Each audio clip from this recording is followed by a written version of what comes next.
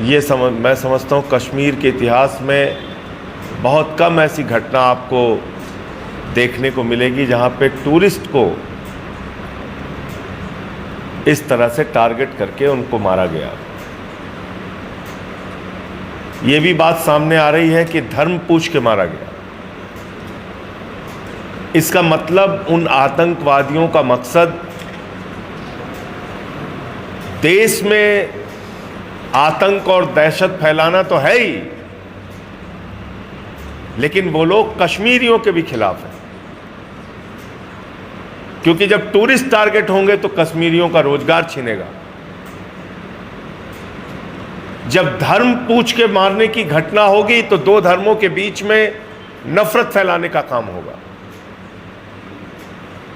अभी तक जो जानकारी मिल रही है कि पड़ोसी देश पाकिस्तान के द्वारा प्रायोजित यह आतंकवाद की घटना है। मैं भारत सरकार से मांग करता हूं कि आतंकवादियों को उनकी ही भाषा में जवाब दीजिए।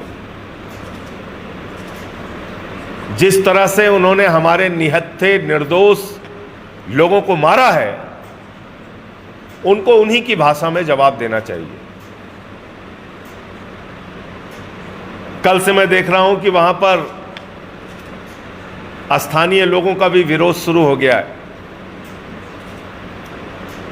कश्मीर के लोग भी शांति चाहते हैं, इस तरह की घटना नहीं चाहते। एक हुसैन नाम के शख्स ने अपनी ओर से कोशिश भी किया कि हमारे मेहमान हैं, इनको मत मारो, और वो भी इस घटना में मारा गया। बहरहाल सबसे बड़ा सवाल ये उठता है कि इतनी बड़ी आतंकवादी घटना हो गई तो हमारी खुफिया एजेंसीज क्या कर रही थी? ये सीधे तौर पे खुफिया तंत्र के फेल्योर का एक बड़ा मामला है। एक क्षेत्र में 2000 से ज्यादा पर्यटक हैं, वहां आतंकवादी पहुंच जाते हैं, गोलियों से भून के 28 पर्यटकों को जान से मार देते हैं। उनके जवाब में कार्रवाई करने के लिए सेना की तैनाती थी या नहीं थी? पुलिस की तैनाती थी या नहीं थी? खुफिया विभाग के द्वारा जानकारी दी गई थी कि या नहीं दी गई थी? ये कई सारे प्रश्न हैं जिसका जवाब केंद्र सरकार को और वहाँ के एलजी महोदय को, क्योंकि पुलिस उनके अधीन आती है, अभी भी वो यूटी है, तो उनको इसके बारे में जानकारी देनी चाहिए। प्रधानमंत्री जी भी अपना दौरा छोड़ के बीच में आ गए हैं, गृह मंत्री जी भी वहाँ पहुँच गए हैं। मैं केंद्र सरकार से मांग करता हूँ कि आप सभी दलों को विश्वास में लीजिए और एक विपक्षी दलों की बैठक बुला के इस पे आप क्या कार्रवाई कर रहे हैं या पूरी घटना क्या हुई है, कैसे हुई है, कहाँ फेलियर हुआ है, उसकी जानकारी देश के विपक्षी दलों को और उनके नेताओं को भी सरकार दे। और जो भी आप कार्रवाई करना चाहते हैं, इनको मुंहतोड़ जवाब देने के लिए, उसमें हम सब लोग आपके साथ हैं। लेकिन प्रश्न उठता है, जब हम लोगों ने बार बार कहा, चिल्ला चिल्ला कर कहा कि पैसे को प्राथमिकता मत दीजिए, भारत की सेना इस राष्ट्र का गौरव है, सेना की भर्ती में कोई हिला हवाली मत कीजिए। हमने बार बार इस बात को कहा कि सेना की संख्या कम मत कीजिए। कोई नेता जाके वहां पे बंदूक लेके भारत की सीमाओं की सुरक्षा नहीं करता, हमारे जवान करते हैं, वो लड़ते हैं वहां पे रहकर। लेकिन आपने 1,80,000 सैनिक भारत की सेना से कम कर दिए। 3 साल कोरोना में आप भर्ती नहीं कर पाए, कोई बात नहीं, उसके बाद आप भर्ती कर लेते। लेकिन एक तरफ आपने 1,80,000 सेना के जवानों की संख्या कम कर दी। दूसरी तरफ आप 4 साल के अग्निवीर की योजना लेके आ गए। अग्निवीर की योजना का विरोध पूरे देश के नौजवानों ने किया। हरियाणा हो, उत्तर प्रदेश हो, राजस्थान हो, बिहार हो, झारखंड हो, सब ने किया कि भाई जवानों के जिंदगी के साथ खिलवाड़ मत कीजिए, और ये 4 साल की नौकरी के बजाय जैसे उनकी भर्ती होती थी उस तरह से उनकी भर्ती की जाए। लेकिन आप नहीं माने। हमने बार बार आपसे कहा। तो लोग अपनी जरूरतों को कम करके भी प्रधानमंत्री का खजाना भरने को तैयार है, और भर ही रही है इस देश की जनता टैक्स के नाम पे खजाना। कम से कम सेना को कमजोर मत कीजिए, सेना की संख्या कम मत कीजिए। कम से कम ये अग्निवीर की भर्ती को खत्म करके जैसे सैनिक पहले भर्ती होते थे उस तरह की भर्ती कीजिए। तो ये विषय भी मैं चाहता हूं कि अब इतनी बड़ी घटना हुई है तो सरकार को इसकी ओर पुनर्विचार करना चाहिए। और कितनी घटनाएं हुई कश्मीर में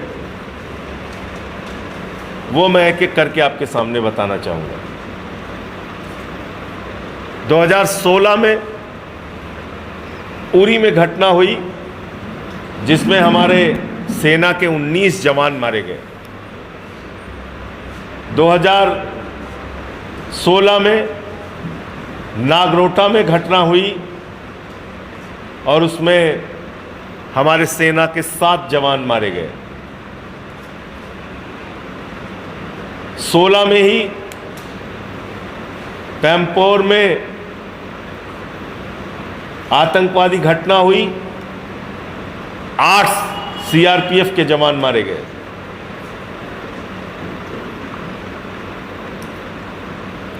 दो 2017 में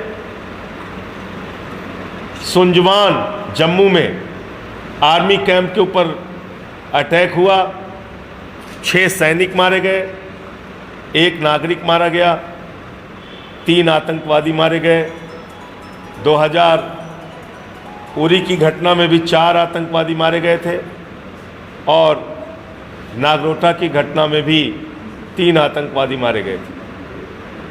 2019 पुलवामा, आप सब लोग जानते हैं कितनी बड़ी घटना हुई थी।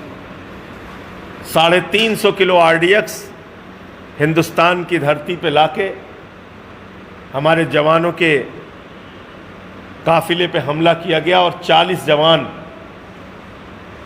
उस घटना में शहीद हो गए। 2024 में तीर्थयात्रियों पे हमला हुआ, 9 उसमें तीर्थयात्री की जान गई। रियासी 2024 में ही श्रीनगर मार्केट में हमला हुआ, ग्रेनेड से अटैक हुआ, इसमें 11 लोग हताहत हुए, कोई किसी की जान नहीं गई। 2024 में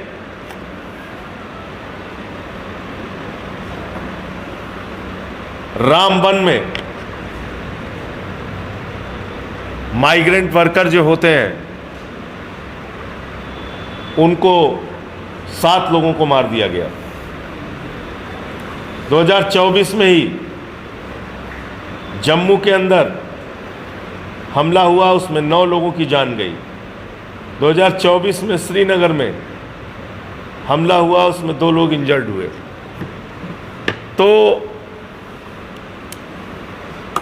एक तरफ केंद्र सरकार बार बार ये दावा करती है कि सब कुछ शांत हो गया है, सब कुछ ठीक हो गया है, लेकिन मैंने सिलसिलेवार एक एक साल की घटनाओं का जिक्र किया कि कैसे कैसे कब कब हमले हुए हैं।